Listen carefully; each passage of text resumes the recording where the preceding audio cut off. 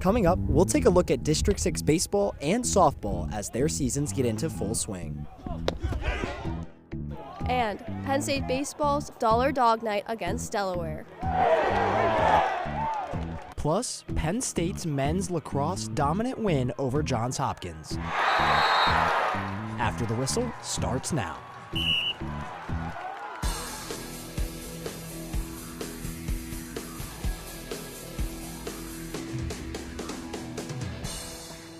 Hello and welcome to After the Whistle. Our crews traveled all over District 6 to bring you the latest on high school baseball, softball, lacrosse, and more. Live from University Park, I'm Allie Winskowski. And I'm Eric Morris. We'll take a look at some Penn State sports and a preview of the blue-white game. We'll have all that and more coming right up. Just last night, the Central Dauphin Rams traveled to State College to play the Little Lions in a windy 6A matchup. After being held to a scoreless first inning, the Rams came back with a vengeance and are quickly able to get their get-back with this speedy double play off of a State College ground ball. It's really nice defense, especially in high school. After that showing from the infielders, pitcher Adam Reeser shows off his skills with this throw from the dirt after slipping on the mound for the final out of the inning before returning to celebrate with his team. Rams infielder Alex Schrader drives a ball towards right field and is able to capitalize on some bobbles between the State College first and second baseman to turn what could have been an easy out into a standing double for the Rams. The game was suspended in the 8th inning due to darkness and weather delays and will be completed at a later date. Central Dauphin will play at Mifflin County tomorrow night, and State College is at Mechanicsburg playing the Wildcats tonight. We're going to stay to the diamond this week. There was a huge top 70 matchup in Pennsylvania. The Central Dragons faced off against the Hollidaysburg Golden Tigers. We're going to start our highlights in the bottom of the second as Josh Belts will slap this single into center field, scoring Troy McNichol and Cade Robinson to put the Dragons up 8-2 early on in this one. The Golden Tigers would bite back, though, plating two runners off of the bat of Josh Banks to narrow the gap to 8-5. In the bottom of the third. Some nice pieces of hitting from both sides. A lot of offense early in this one. We're going to head to the top of the fourth where Mason Blyer would extend the Dragons' lead with this RBI single that allowed Cade Robinson to score, and again, not for the first time, to extend the Dragons' lead. And Central would go on to win 17-6, run ruling the Golden Tigers at home. Hollidaysburg is currently playing Bellefonte away, and Central is also playing right now. They are back at home against Huntington. We're going to switch over to the hardwood. The Altoona Mountain Lions continue their season tomorrow, but last night they hosted the Central Dauphin East Panthers. The Mountain Lions are ready to go in this one, cheering and celebration and getting their minds right.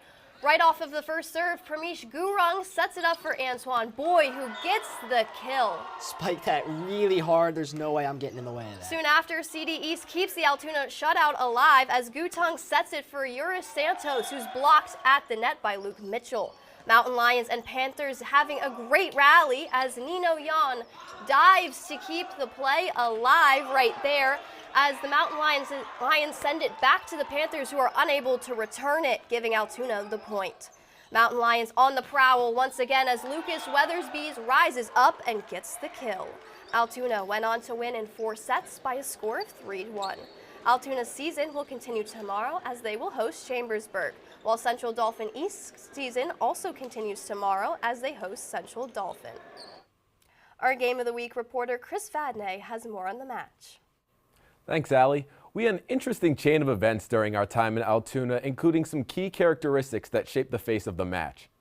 The Central Dauphin East Panthers entered the den of the Altoona Mountain Lions for a battle between the Big Cats. Things started out slow for the Mountain Lions, who fell short of the Panthers in set 1. But after regrouping after the first set, it was all Mountain Lions from there. It was nice to see them rebound off that first game, find the confidence that they needed to pick up in games 2, 3, and 4. And I thought that helped us to really move forward tonight. As the energy was shifted in the game, it showed in the team's confidence while playing, especially outside hitter Lucas Weathersby, who had an incredible game, tallying an impressive 5 aces and 11 kills. While the crowd wasn't 110,000 people at Beaver Stadium, they were still showing tons of energy and support for the Mountain Lions.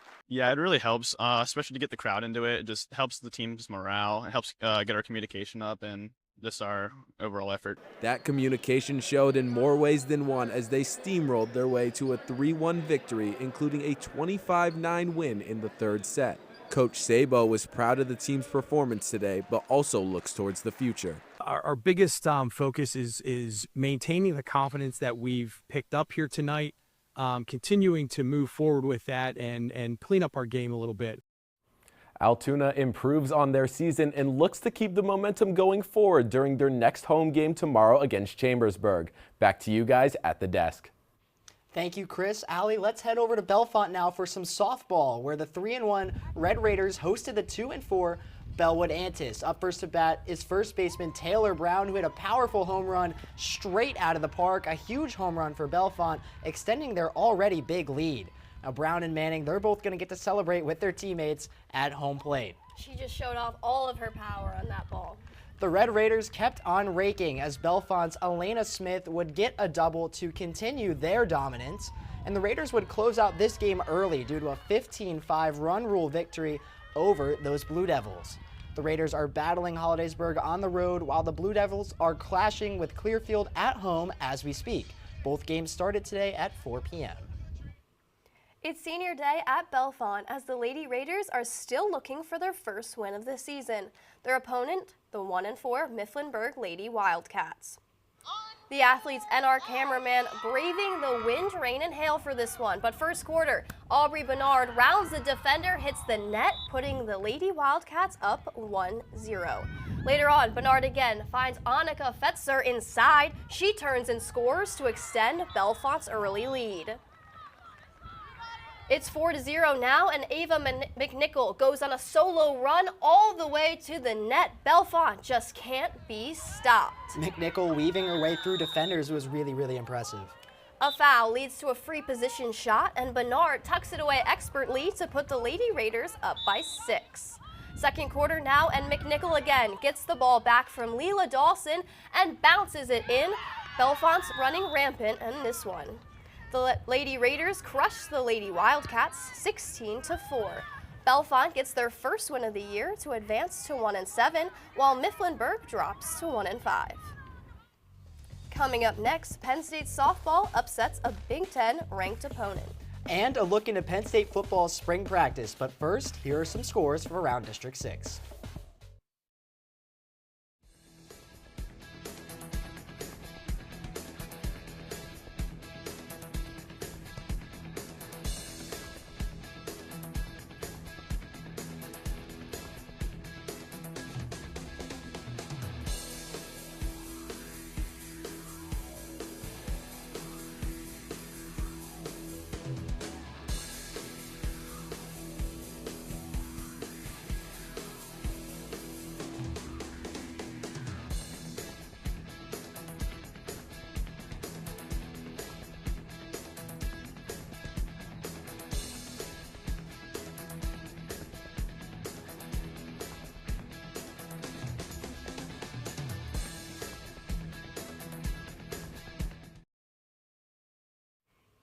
On Saturday, number 19 Johns Hopkins men's lacrosse team traveled up north to play number 8 Penn State. Alumni filled the stands to support the team on Alumni Day between these two historic programs. We're going to get our highlights started in the first quarter, though, where Ethan Long tosses it to Matt Trainer, who passes it back behind his back to Luke Wallstrom for the goal right on the doorstep. It's going to be Long again, waiting patiently for Jack Amon to cut down low and go over the shoulder behind the back for Penn State's 4th goal. Hunter Aquino with the ball against his opponent, trying to get away, passes it to Amon, spins away, big pass to Matt Trainer, who slams it into the back of the net. Trainer ended today with 7 goals on the day, tying his all-time record. Trainer led the Nittany Lions to a tremendous 10-4 win over the Blue Jays. Penn State has won back-to-back ranked conference games and will finish the regular season against Rutgers on Friday. After falling 9-5 to number 22 Ohio State in Game 1, Penn State went into Saturday's Game 2, hoping to get back in the win column. The Nittany Lions have not beaten a ranked opponent in over a year. The Triceratops comes from behind and wins the dinosaur race. That's the top of in the middle of the fourth, but top of the first now, Hadley Parisian destroys a 2-run homer to left center field, giving the Buckeyes an early lead. Bottom of the first, it's Haley Brunson for Penn State homering on the first pitch she sees to half the Nittany Lions' 2-1 deficit. Brunson's been on a tear, a lot of homers recently. Bottom of the third, Penn State up 3-2, and it's Megan Ricks crushing this ball to right field for a grand slam. Make it 7-2 Nittany Lions. Going to the fourth inning, Brooke Clausewitz tags a ball to left center field for a 3-run blast to give Penn State a 10-2 lead. The Nittany Lions would add on one more run in the fourth to run rule the Buckeyes 11-2. This win marked the first time Penn State had defeated a ranked opponent since February of last year. Here's head coach Clarissa Crowell after the game. I think early on you're still trying to learn who the group is and who you are collectively as a group. And you know, I think what you see now is a group of kids that all they know how to do is fight. Crowell and her team look to build on that Game 2 win on Sunday for the series finale. Celebrating Penn State's 60th season, Game 3 was the Nittany Lions' anniversary game, and Beard Field was packed with support. Penn State was able to start out the game with a 4-0 lead thanks to Michaela Barbonente, who hit a grand slam off the right field foul pole in the first inning. 1, 2, 3, and Barbonente makes 4. Count the runs and put them on the scoreboard. Second grand slam of the weekend. Don't get too excited, though, as Ohio State's Skylar Lugman hits a triple towards the left center gap, cutting the deficit in half. It's now 4-2 at the top of the second. Now, after falling behind in this game, the Nittany Lions catcher Madison Seidel hits a solo home run in the bottom of the fourth to bring the Penn State deficit to just 1, but it wouldn't be enough as Ohio State made a late game comeback to beat Penn State 14-11. Penn State fell to Pitt on Tuesday 16-8 and is now 20-21 on the year. The Nittany Lions go on the road this weekend to take on Iowa. The USC Trojans took a cross-country trek to Medler Field for a weekend series against the Nittany Lions. Penn State took Game 1 on Friday. Here is Saturday's action. We pick up in the top of the third where Bryce Martin Gruzelanek pulls one into left field to score the game's first run, as the throw into home was just a little bit too offline.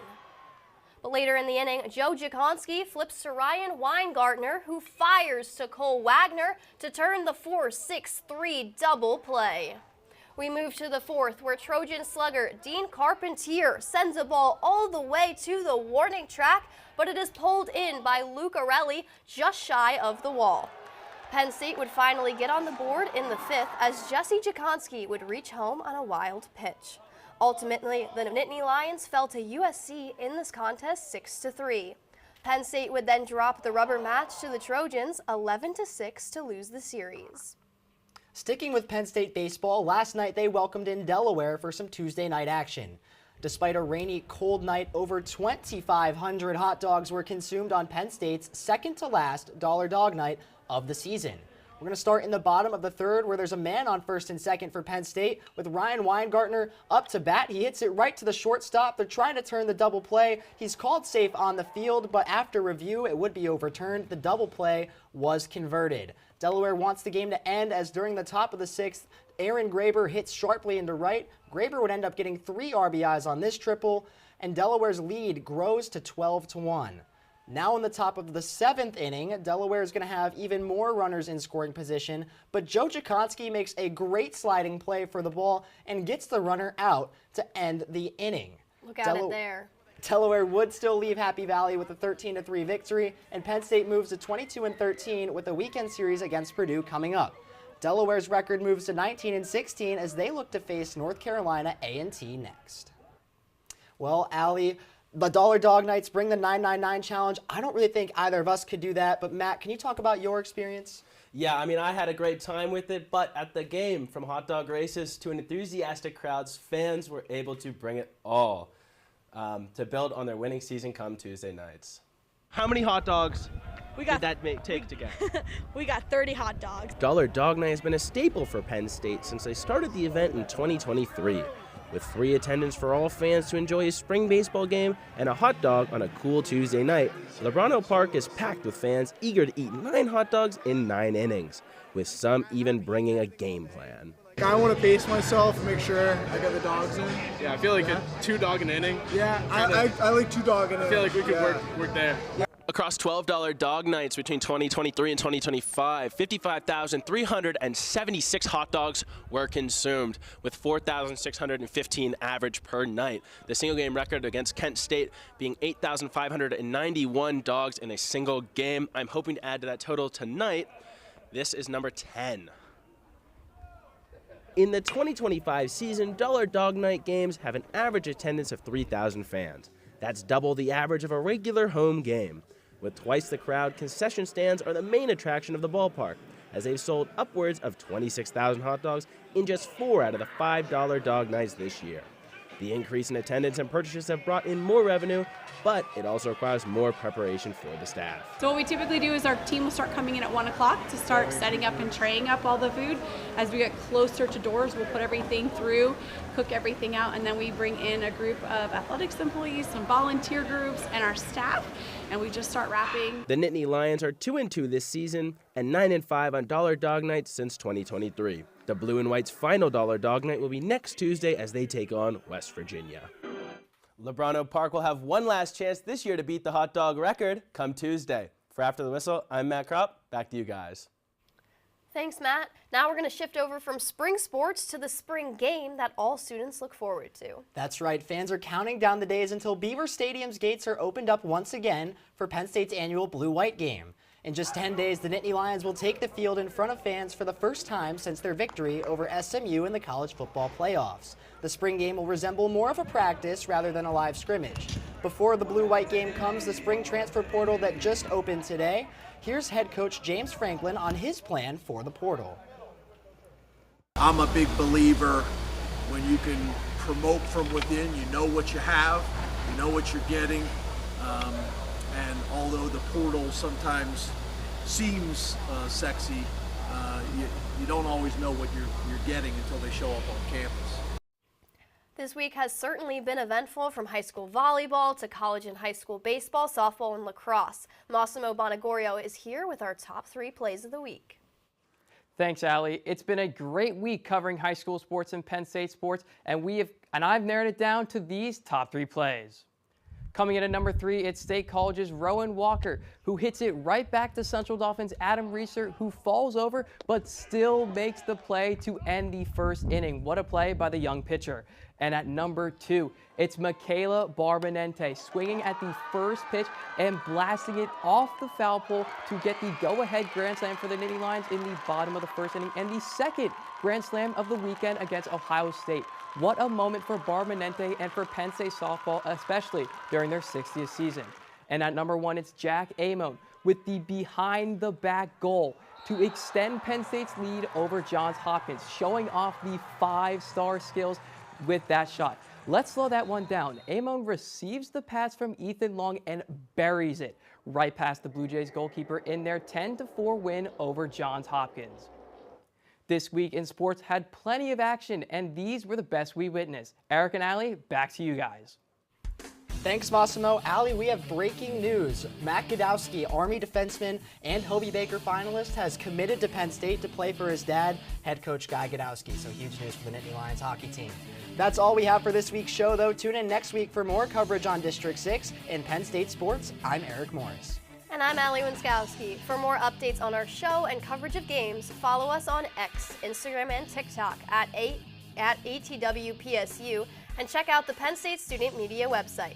We'll see you next week right here on After the Whistle.